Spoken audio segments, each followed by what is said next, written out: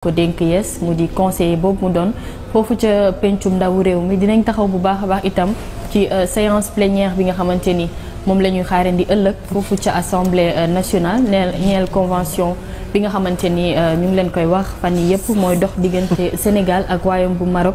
ci lépp lu jëm ci assistance ci ñi nga xamante ni ñoo di ay sénégalais nekk foofu ca diwaan bu Maroc ñëw itam ci mbirum ardu ñi ngi gis ngeen fan yi mu nekk loo xamante ni bokk na ci actualité bi ñu gis ni tey jii dañu ko daal di placer en garde à vue ci ay kàddu yoo xamante ni daal dina ko yëkkati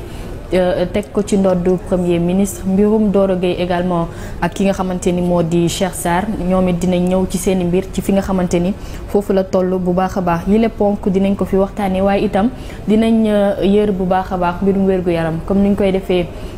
fan yi yëpp di ci ànd ak Issa Diaw di chimiste biologiste moom it dinañ ko teewlu su ko defee mu daal di ñuy baaxee yenn yoo xamante ni dinañu jariñ bu baax a baax ci weeru koor gi nga xamante ni moom la ñu nekk alors way leen di ànd ak ñun internet yu Sans Limites TV su ko defee ñu daal di tàmbali jotaay bi laata suñu invité du ñu dab di oustaz Mbacké Sylla nekk conseiller à l'Assemblée nationale ñu ñëw rek ci ponk bu njëkk bi ñeel actualité ak li ci gën a yees Pa Ousmane di mbirum Ardo Gningue activiste ginnaaw bi ñu gisee ni sànq mujj nañ ko placer en garde à vue. oui Ngoné yaakaar naa ci jotaay bi du benn du ñaar yoo xamante ne évoqué nañu cas boobu nga xamante ne moo ñeel Ardo Gningue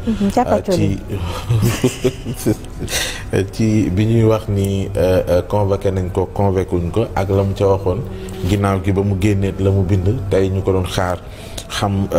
lan la ñu koy wooloo mu mel ni ci mujjantal ba dañu ne garde à vue. waaw daal dinañu koy placer en garde à vue lu ñu koy toppee mooy propos contraire aux bonnes mœurs moom mi nga xam ne nag foog naa ne fan yi dañu ko convoqué woon ñu jékki-jékki ne wuy jiwul ñu ci bari ne dafa daw comme ni nga ko waxee fii la ñu ko woowee woon sax ba mu xëyee ci suba si la daal dem bind ci page Facebook am ne dawul dina dem wuy ji kon mën nañoo jàpp ne nag tey dem na wuy ji waaye la ca mujjee mooy placer nañ ko en garde à vue lu ñu koy toppee rek mooy kàddu yoo xam ne daal teguwul amul teggin loolu lañu ko toppee ci procureur de la République nag moom moo autosaisir par rapport ak propos yooyu nga xam ne bindoon na ko ci Facebook am moom tamit daal bi mbir yi amee dafa mujjee changé moom dafa def revirement 90 degrés sax lañ ko mën a tuddee parce que dafa ne saagawul dem na bay jéem wax naan waxu woon loolu la mu waxoon càppaaculi lay wax ak yeneen yu mel waaye dafa mel ni loolu mu jëloon comme moyen de défense daal taxul benn yoon ñu daal di koy placer en garde à vue bu fekkee ne nag amul benn coppite mën nañoo jàpp ne suba ci talaata ji dañu ko déférer devant le procureur kooku nag moo xam lan lay dogal ci moom Cheikh Oumar Talla ci actu bii nii ci fiñ ci toll nii c'est vrai que ni traversé na semaine bi moom boole ko yeneen yëpp yi nga xam te ni phénomène la Ngoné xam nga moom dafa fidèle ci compte rendu parce que ce que les gens ne savent pas moom da lay defal compte rendu fidèle xam nga bu la ko tegalee sur le plat rek di nga ciy jot yenn détails donc c'est l'occasion quand même de rendre ko hommage parce que xam naa ko démb ak tey xam naa ko ci jàmbaar bi nga xam ni nekk na ko ci groupe de presse yi mu jaar yëpp nga xam ni pendant des années dañu wàcc sur le terrain bëri na peut-être sénégalais yu ko découvrir mu ngi ci manifestation yi mais manifestation yi yàggul mais lu jiitu loolu je crois que c'est une passionnée boo xamante ne elle fait son job maintenant ci li nga wax dama dégg nga waxu càppaacoli après ça m'a fait un peu sourire. bind naa ko démb ne bu ñu tëjee at nañ ci jàllee suñu xam nga nag man du ma olof te olof dafa bëri ay terminaison mais je crois que kenn yéenewul kenn nga nekk ci jafe-jafe rawatina mu nekk jeune sénégalais comme tout le monde mais jusque tamit liberté d'expression am na moi je suis un militant de la liberté d'expression mais liberté dafa ànd ak aussi le sens de la responsabilité ci kàddu yi nga xam ne moom la ñuy yëkkati ci penc mi parce que am na loo xamante ni mënul wéy ci penc mi du ko yëkkati ci kàddu d'autant plus que avant ça ñuy wax du point de vue pénal parce que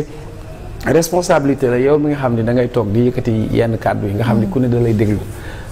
moo xam ay kilifa dañ lay déglu moo xam ay xale dañ lay déglu kon il faut ñu nangu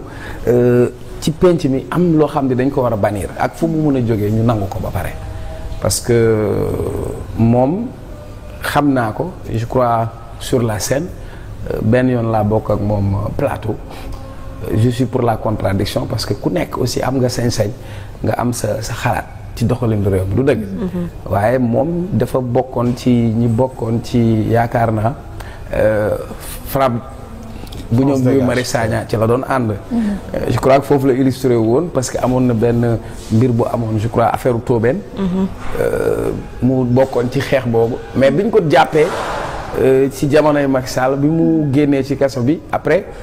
mu xaw a détaché wu après nag il a ses propres positions ça il faut ñu nangul ko.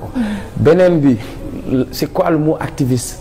parce que léegi itam dëkk bi ku jóg ne la je suis activiste on s'active sur quoi on s'active avec quoi. L'activisme je peux comprendre c'est militantisme. une question d'intérêt national. oui mais militantisme dafay am xam nga léegi y a des gens yoo xam ni dañuy dem société civile mooy nekkuma ci kuréelu parti. am na ku nekk ci parti mais pour man tey ku mu neex rek nga jóg nga ne activiste. ensuite ñu dem ba ku nekk ñu jox la kàddu ba finalement tu te retrouves activiste. demain ñu ne tu te retrouves chroniqueur nga am say positions ak say postures maintenant quand tu prends certaines positions et certaines postures il faut avoir le courage aussi de l'assumer parce que ci penc mi bi mu waxee ni dafa porter plainte au niveau de OFNAC bi ma laajee dama ne leen am na ci droit parce que c'est un citoyen